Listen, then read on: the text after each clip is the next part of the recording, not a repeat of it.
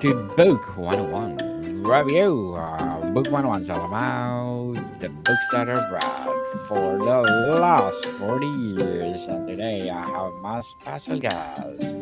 She is the founder of Sex Education Center, mylibido.com, and the host of the podcast called The Libido Lounge. So, my guest today, or my special guest today, is none other than Dr. Diane Mueller. Hey, everybody. Hi, Daniel. Thanks for having me. Welcome to Book 101, Dr. Diane. And can you please introduce more about yourself? Yeah. Hi, everybody. It's great to be here. So, my work and what I'm super passionate about as a double doctorate and board certified sexologist is helping couples in long term monogamous relationships get their passion back, their connection back, the hot sex back, and really, really supporting them to have the relationship of passion, desire, love, and connection that they want. Indeed. Thank you so much for sharing your knowledge to the world. So, Dr. Diane, let's talk about sex. How to keep it strong and last long. Can you tell us about this topic? Absolutely. So, one of the first things to understand is where people get lost a little bit is that new relationship energy. So, that new relationship energy when people first meet and they go on their first date and they kind of get into that mode of, are they going to call? Oh, they did. We get to have a second date and all of that juiciness. All of that is stimulated mostly by our brain on dopamine.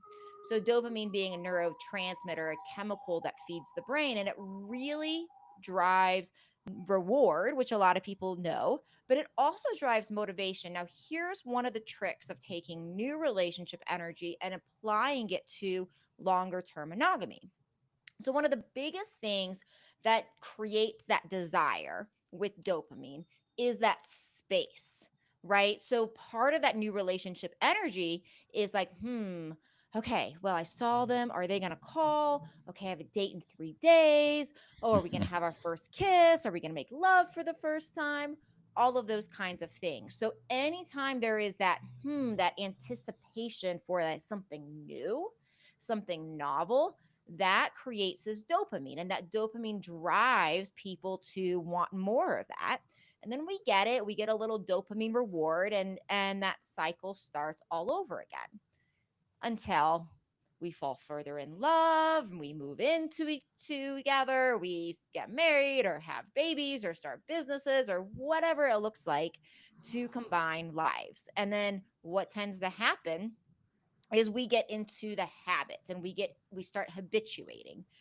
And it's amazing how easy this happens, right? Like, one of the things I tell people is, wow, it's like so interesting from a habituation standpoint that most of us that take morning walks, we tend to do the same route every time, right? So it's like we do the same thing with our relationship that people do with their morning walks, which is we get into that habit of, we're going to do this in the morning and we go to work and we come home and it looks like this, and there's no space for novelty. There's no space for curiosity, meaning there's no space for dopamine and there's no space for desire. So I'll pause before I say any more in case you have any questions on that.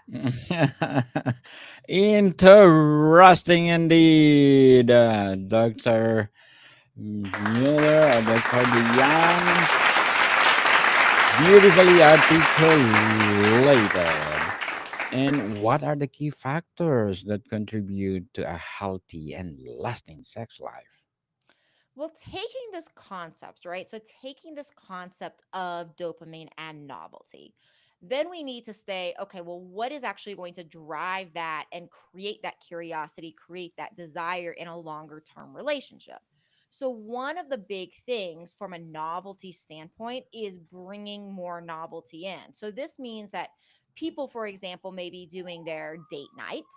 And not everybody schedules date nights, but if you don't, you should.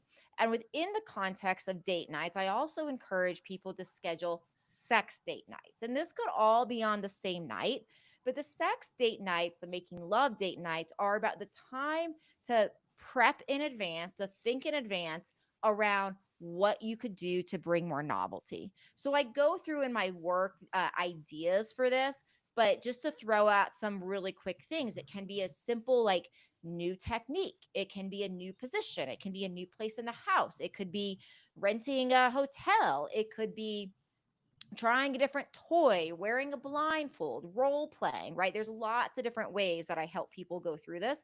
But the concept is when you start to bring that novelty in and say, oh, we have a date night, we're going to make love on Friday night.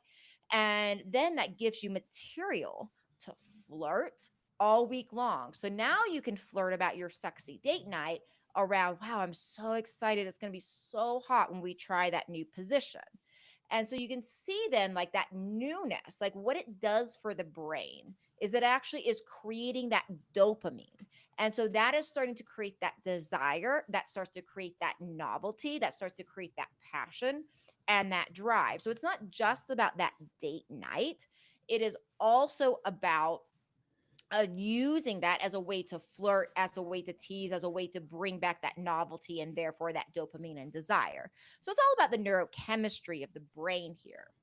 Another huge thing that we would be amiss if we did not mention is really understanding our unique turn ons and turn offs. So, one thing that I find that people miss the cue on so many times is understanding that just like love languages and Gary Chapman's book The Love Languages, which goes through 5 different types of languages of the ways we express love, and just like he does in his book where he says, oh, there are certain ways where maybe one person expresses love and receives love and somebody else is different.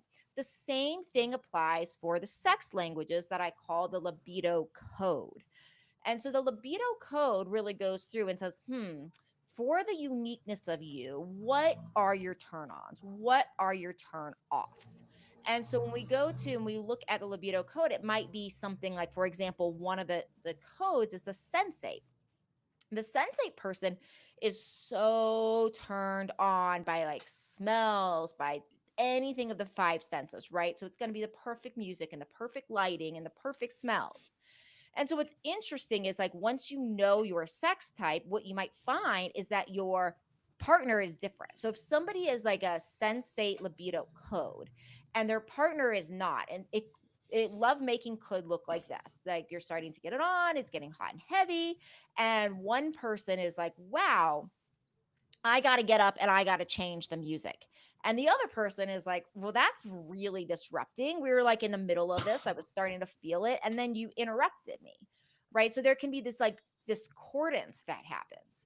And when we understand our partner's sex languages, what winds up happening is we wind up then understanding, oh, for that person, they're so turned on by setting the scene that it allows that for that grace to happen with that partner because now you know this is going to make their experience better. So that's another big thing. I have a free quiz for that. So if people go to libidocode.com, so it's super easy, libidocode.com, you can take my quiz and learn what is your libido code, what's your partner's libido code, and really begin to understand innately how to start doing techniques that can turn each other on and set the stage for also better success for desire and passion. So, Dr. Dayan, what are the common myth about sexual longevity that you like to debunk? So, one of the most important things to understand about sex and longevity is that, well, there's a couple things. One is I like to say this, that pleasure is not just about desire, but it's something we require. And the reason I say that is because when we look at things and we're talking about longevity, right? So many things come up around longevity, around like the key things around longevity these days are things like, okay, we got to get our mitochondria healthy and we got to use red light therapy and you got to get the right amount of exercise and water and fasting and now things like nicotine are coming up in very, very small microdoses and very, good potencies, clean, for even helping with longevity. And people are looking at different genetic expressions. Well, here's something that is super important. And again, Pleasure is not just about desire, it's something we require. And the reason I say that is because oxytocin, the pleasure hormone, is really about when oxytocin gets released, which it does when we cuddle, but it really does when we make love and have orgasms. This hormone has been shown to lower cortisol, our stress hormone, which can help with not only weight, with longevity. It's been shown to improve sleep quality, which can help with longevity. It's been shown to balance serotonin, our happy hormone. It's been shown to improve bones, oftentimes, which also decline with longevity.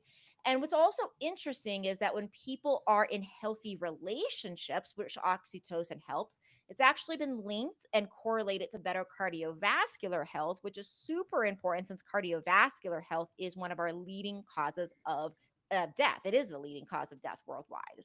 So, because of all that, that's where I coined the term pleasure is not just about desire, but something we require because of all of this packed into pleasure. And here's what's interesting is that when it comes to oxytocin, a lot of people have heard of this, like I said, for bonding, for hugs. Some people have even heard of like the 20-second hug, which is shown to be like the amount of time where we release this chemical.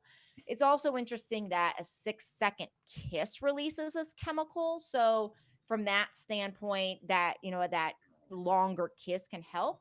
But here's the thing, when we hug, our blood tends to, and we hug for long enough, our blood tends to increase somewhere between 20 to 50% more oxytocin. But when we make love and when we have orgasms, our blood level of this hormone goes from anywhere between 2 times to 5 times. So it actually multiplies. It's not just a small percentage of it, but it is like up to 5x the amount. So we're going to get so much more. And another thing that's important, I think, about the myth conversation is that sex has to decline with age, or that sex has to decline with the frequency or the length of a relationship. So I remember I listened to this lecture from Richard Bandler, who is the founder of neuro linguistic programming. And he was talking in this lecture about when he was getting married, and everybody was telling him something like, well, when you get married, you better enjoy the sex before you get married because after marriage, the sex is going to decline. And his response to it, which I think is brilliant, especially as somebody that works on reprogramming the mind, his response to that was, okay, so I'm going to practice something over and over and over again and get worse at it. So when we think about that, right? Like we get in these long-term relationships and we do something over and over and over again, and all of a sudden it goes down in quality, which is what so many people experience. And so that's another myth. It does not have to get worse with the length of the relationship. And I think a big reason why this happens is the dopamine, is the habituation, like we're talking about, is the lack of novelty. But it's also that people are often having the wrong kind of sex. So, what do I mean by the wrong kind of sex? Well, and what is the right kind of sex? The right kind of sex is the type of sex that is unique for the individual's pleasure body. Like so many times for women, for example, people online are like talking about like the G spot orgasm, right? That this spot Yes. that is interior of the vagina, about 2 inches inside on the front side, kind of on the belly facing side internally. But some women actually have scar tissue on the spot. Sometimes it's painful. There's so much erogenous tissue and all of these areas that feel good on the women's vulva that are oftentimes not even explored, that can have a high amount of pleasure and touch. So, one of the things I do in my work is I help people understand in their relationships how to explore some of these other tissues that are often left unexplored and help take this stuff that people are reading online out of the marketplace around. There's not, another myth is like there's not this like one perfect orgasm for women, right? Where it's way more intricate than that. So another part of having the right kind of sex is starting to spend time as a woman to understand the uniqueness of your own body. And in a hetero style relationship, if you're a man, starting to understand the uniqueness of that woman's body, of your partner's body. And if you're a homosexual relationship, and we're talking about two women, same thing, starting to understand more details of there's not this one special way of actually pleasing a woman. There's all of these intricacies, and so many times people become disinterested because they're actually not having the type of sex that their pleasure body responds to. So really bringing in more there, and allowing for that curiosity to unfold. Dr. Diane, what lifestyle habits can help improve sexual stamina naturally? So one of the first things to start with lifestyle is to understand the root causes of low libido. So there's many root causes from a physical standpoint, from an interpersonal standpoint, and a personal standpoint. But from a physical standpoint, since we're talking about lifestyle and low libido, from a physical standpoint, these can be, the common things are things like hormonal abnormalities or cardiovascular abnormalities or neurological abnormalities or stress or pelvic floor dysfunction.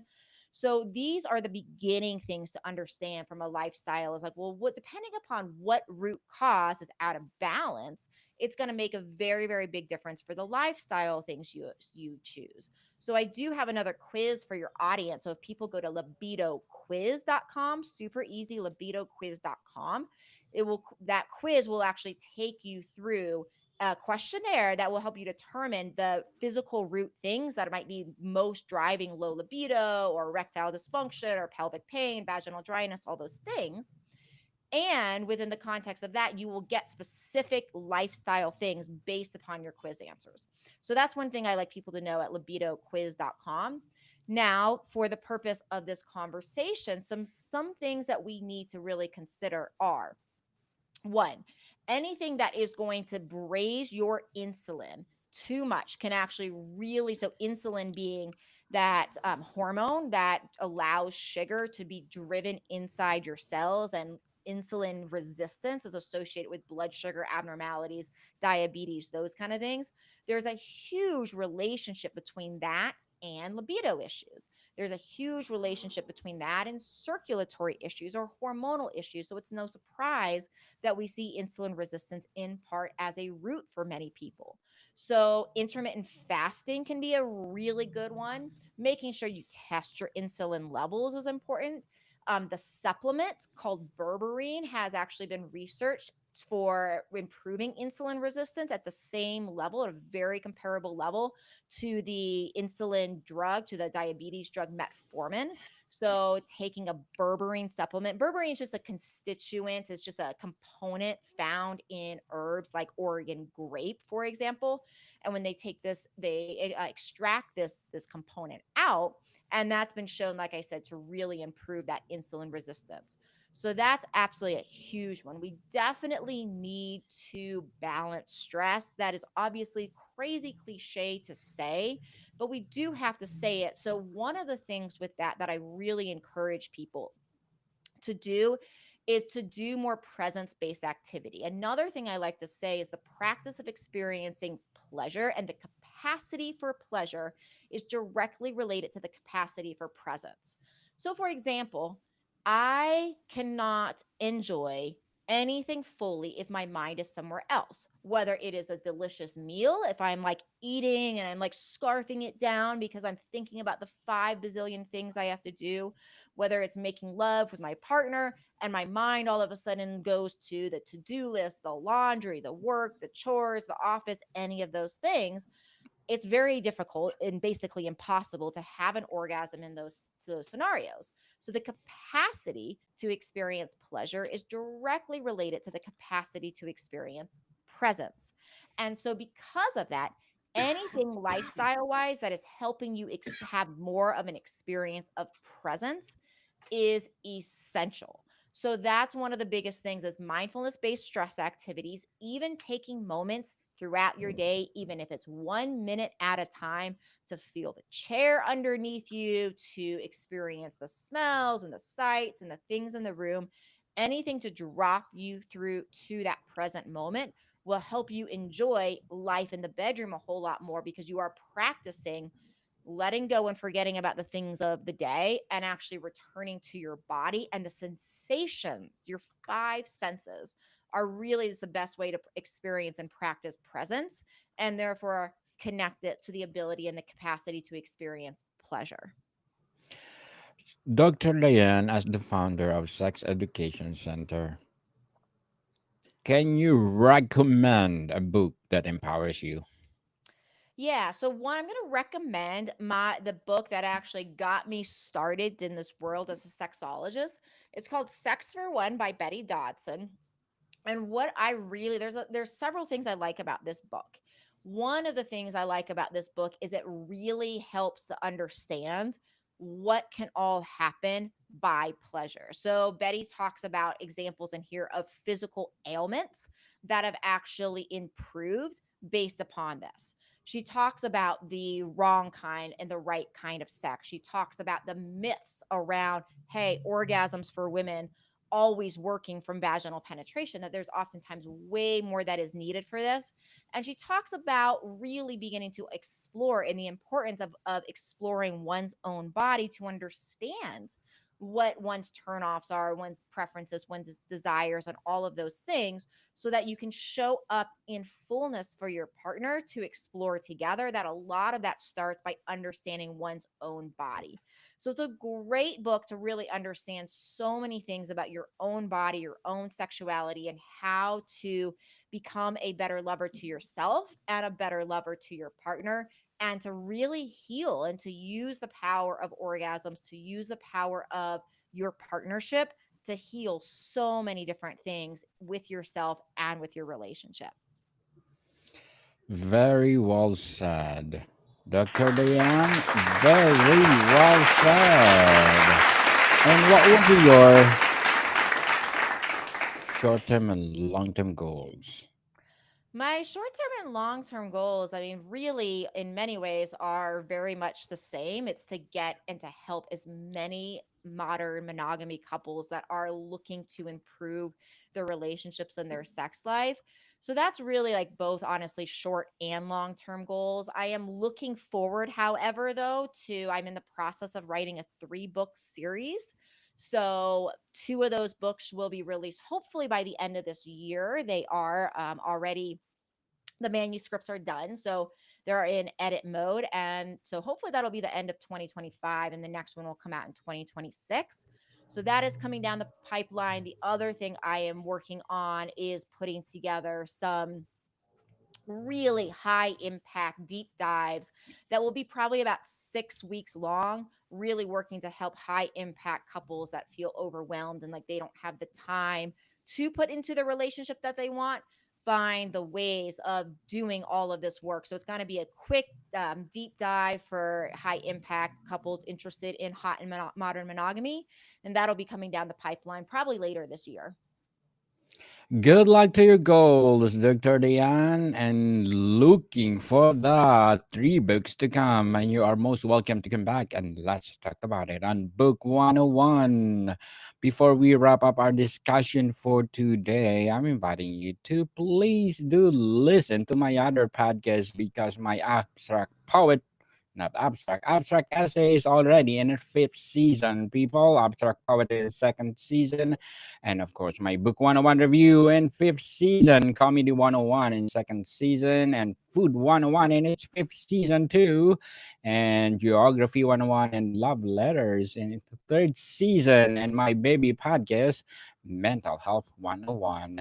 Movie 101 review and Music 101 is in 4th season as well, and Sex 101 and Science 101 in its 1st season. Please do listen to them wherever you listen your podcast. Dr. Dayan, if you can say, or if you could give one essential piece of advice to someone wanting to keep their sex life strong and lasting, what would it be? Figure out your turn offs, and how to communicate them well. What we see in studies and surveys on couples that report the happiest sex life is that they talk about it. That is one of the top commonalities we see. So, beginning to make sure that you are spending time sharing with your partner talking about it. And if you want help with that, success and help with the strategy on how to do that, please do, go through one of my quizzes at libidocode.com or libidoquiz.com, and there'll be follow-up emails on how to work together and how to support you and your relationship so that you can have these kind of conversations effectively. Yes, indeed, Dr. Diane Mueller. Thank you so much for sharing your knowledge to the world. And as I said, we are looking forward for your books to come. So, can you please invite our listeners to support your website as well as your sex education center? Absolutely. Thank you so much. Yeah, you guys can find me at mylibidodoc.com. You can also go to hotterlife.com to download a free ebook that also will teach you how to have orgasms and better romance. So that's at hotterlife.com. Thank you, Daniel, for having me on. A better romance indeed. Let's support Dr. Diane Mueller because if you support her, more and more and more empowering episode of the podcast, more empowering libido to come, and of course, more and more empowering books to come.